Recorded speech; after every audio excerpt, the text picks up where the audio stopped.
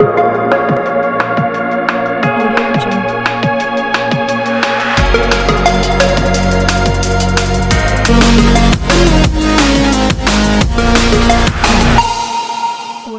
আমি পার্থজিৎ। আপনারা দেখছেন আওয়াজ বেঙ্গল। বাংলাদেশের পরিস্থিতি আরো বেশি খারাপ হয়েছে, স্পেশালি সংখ্যালঘু হিন্দুদের জন্য, এবং হিন্দু মহিলাদের উপর নির্মম আক্রমণ নেমে আসছে। হাজারো সংখ্যার উপরে হিন্দু মহিলা খোঁজ পাওয়া যাচ্ছে না, তাদেরকে অজ্ঞাত স্থানে তুলে নিয়ে যাওয়া হয়েছে। কোনো পুলিশ স্টেশন, পুলিশ নেই, কাজ হচ্ছে না, আইন শৃঙ্খলা পুরো ভেঙে পড়েছে। আর্মি কিছু জায়গায় চেষ্টা করছে, কিন্তু অধিকাংশ জায়গায় সুরক্ষিত নেই। এবং সংখ্যালঘু জনতার মন্দির শুধু ভাঙচুর হচ্ছে না, তাদের বাড়ি ভাঙচুর হচ্ছে, তাদের অধিকাংশ প্রপার্টি দখল করার জন্য তারা নির্মম অত্যাচার চালাচ্ছে। এবং অবশ্যই এর মধ্যে জামাত ইসলামীর অনেক কট্টরপন্থী ইসলামিক যে সদস্য, হেফাজত ইসলামের কট্টরপন্থী সদস্য এবং আনসারুল বাংলা জঙ্গি সংগঠন, এরা সব জড়িয়ে রয়েছে। এর বিরোধিতা কিছু বাংলাদেশই হচ্ছে, কিছু সংখ্যাগরিষ্ঠ মুসলিম তারা বিরোধিতা করছেন, কিন্তু সেটা খুব নগণ্য।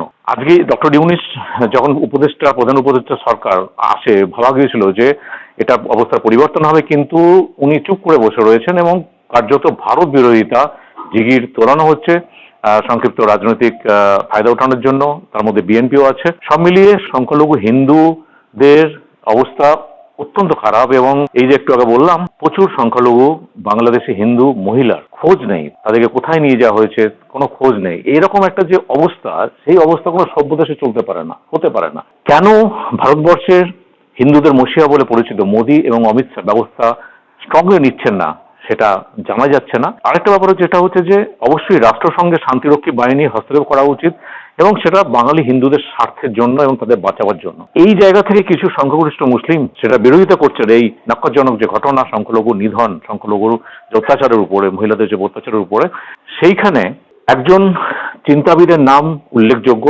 বাংলাদেশের নতুন জেনারেশন ভুলে গেছে, তার নাম হচ্ছে ফরহাদ মাজার। ফরহাদ মাজার সাহেব অনেক পুরনো চিন্তাবিদ, দার্শনিক বাংলাদেশের, এবং 70 থেকে 90 দশক পর্যন্ত কমিউনিস্ট পার্টির মেম্বার ছিলেন। 60-এর দশকের উনি আমেরিকা পড়তেও গিয়েছিলেন, এবং তারপরে উনি শ্রমিক সংগঠনের সঙ্গে জড়িয়ে পড়েন, এবং তারপরে উনি 90-এর দশকে ইবাদতনামা বলে একটি গ্রন্থ লিখে প্রচুর বিতর্কের সম্মুখীন হন। সেই ফরহাদ মাজার কিন্তু সম্প্রতিকালে যে মিটিং হয়েছে কদিন আগে ডক্টর ইউনূসের সামনে, যে সবাইকে ডেকেছিলেন, সেখানে কিন্তু দার্থহীন ভাষায় উনি কিন্তু প্রশ্ন তুলেছিলেন যে এখানে হিন্দু জাগরণী মঞ্চের কোন নেতা কেন নেই? আর চিন্ময় প্রভুর কে কিভাবে অ্যারেস্ট করা হয়, কোন গ্রাউন্ডে অ্যারেস্ট করা হয়, ব্রিটিশ আইনে করা হয়েছিল এবং ইলিগাল, সেটা নিয়ে প্রশ্ন তুলেছেন। এবং এই ফরহাদ মাজার সম্পর্কে কিন্তু বাংলাদেশের নতুন জেনারেশন অনেকেই ওয়াকিবহল নয়, ওয়েস্ট বেঙ্গলের তো অনেকে জানেন না। ওনার কিছু বক্তব্য শোনাচ্ছে, আপনি শুনুন, যে নির্ভীকভাবে উনি ডক্টর ইউনূসের সামনে কিন্তু তার বক্তব্য রাখছেন, এবং অবশ্যই সংখ্যালঘু যে হিন্দুদের যে নির্যাতনের বিরুদ্ধে। আমার সালাম নেবেন, প্রণাম জানবেন, জয়গুরু। আমি এখানে আসলে কেন আমন্ত্রিত হয়েছি জানি না। আমি আমাদের মাননীয় উপদেষ্টারা তারা আমাকে ডেকেছেন, ওটা সম্ভবত এই কারণে যে আমি দীর্ঘকাল লড়ছি বিশেষত আমাদের সকল নাগরিকের মানবিক এবং নাগরিক অধিকারের জন্য। সেদিক থেকে আমার চোখে রাষ্ট্রের দিক থেকে আসলে ধর্ম বা ধর্মীয় পরিচয় কিংবা অন্য কোনো পরিচয়, অনেক গুরুত্বপূর্ণ পরিচয় হচ্ছে নাগরিক অধিকারটা নিশ্চিত করা, এবং জুলাই গণঅভ্যুত্থানটা হয়েছে নাগরিক অধিকার নিশ্চিত করার জন্য। তো সেই দিক থেকে আমরা দেখেছি যে জুলাই গণঅভ্যুত্থানের পরে বিভিন্ন ক্ষেত্রে নাগরিক অধিকার ক্ষুণ্ণ হয়েছে। এটা আমরা একটা বড় ঘটনা, একটা অভূতপূর্ব বিপ্লবতে দিয়ে গেছি। এবং ইস্যুটা শুধুমাত্র যে এই আমাদের সম্প্রীতি, ধর্মীয় সম্প্রীতি ব্যাপারটা তা নয়, এটা নাগরিক এবং মানবিক অধিকারের প্রশ্ন, এটা বাংলাদেশকে নতুনভাবে গঠনতন্ত্র প্রণয়নের প্রশ্ন, এবং একই সঙ্গে এই বর্তমান অন্তর্বর্তীকালীন সরকার আমাদেরকে যে স্বপ্ন দেখাতে পারে তার সঙ্গে এটা যুক্ত। এবং এটার সঙ্গে আমি আর দুইটা কথা দিয়ে যোগ করবো, যেটা সময় অত্যন্ত কম, আসলে অনেক আলোচনা করার দরকার আছে। আমি এখানে কিন্তু সনাতন যে জোটটা হয়েছে, সম্মিলিত জোট, তাদের কাউকে এখানে আছেন কিনা আমি দেখছি না। কারণ বাংলাদেশের এখনকার সংকটে সবচেয়ে গুরুত্বপূর্ণ যারা আছেন তারা হলো সনাতন যে জোট, সম্মিলিত জোট তারা, এবং তাদেরই যে নেতা চিন্ময় কৃষ্ণ দাস, তিনি ইতিমধ্যে সরকার তাকে গ্রেফতার করেছেন রাষ্ট্রদ্রোহিতার অভিযোগে।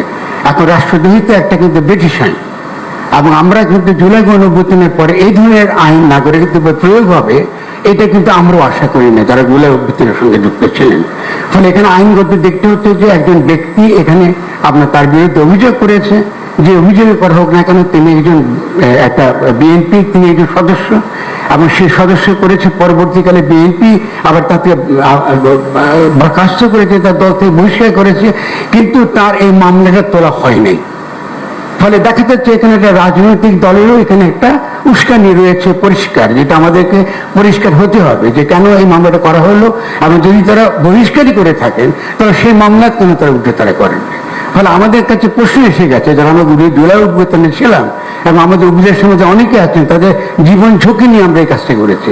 ফলে যারা বাংলাদেশকে অস্থিতিশীল করছে এটা কিন্তু বাংলাদেশের ভেতরে একই সঙ্গে একটা ভূরাজনৈতিক প্রশ্ন হয়ে উঠেছে, এবং এটা বাংলাদেশের জন্য অত্যন্ত বিপজ্জনক। এবং আমি অত্যন্ত ক্ষোভের সঙ্গে এটা বলবো যে আমাদের এই ব্যাপারটা হ্যান্ডেল করাটা, এটাকে এনগেজ করাটা, যারা আমাদের দুঃখ পেয়েছেন, কোনো কারণে মনে করছেন তাদের নাগরিক মানবিক অধিকার ক্ষুণ্ণ হয়েছে, তাদের সঙ্গে কথা বলবার জন্য আমরা রয়েছি নাগরিকরা, আমরা এই গণ অভ্যুত্থানের সঙ্গে যারা যুক্ত, আমরাই রয়েছি তাদের সঙ্গে কথা বলবার জন্য। সেই ক্ষেত্রে যদি আইনের দ্বারা, ব্রিটিশ আইনের দ্বারা একজন নাগরিককে, আমি তিনি একজন সন্ত, এর আগে এখানকার সনাতন ধর্মাবলম্বীদের বিভিন্ন রাজনৈতিক দল বিভিন্নভাবে ব্যবহার করেছে, এবং তারা সেই বিভিন্ন ব্যবহারের থেকে তারা বেরিয়ে এসে তারা আজকে এই ছাত্রদের এই আন্দোলনের সমর্থন দেবার জন্য তারা নৈতিকভাবে যেমন তারা তৈরি, একই সঙ্গে সরকারকে তারা সমর্থন দেবার জন্য তৈরি।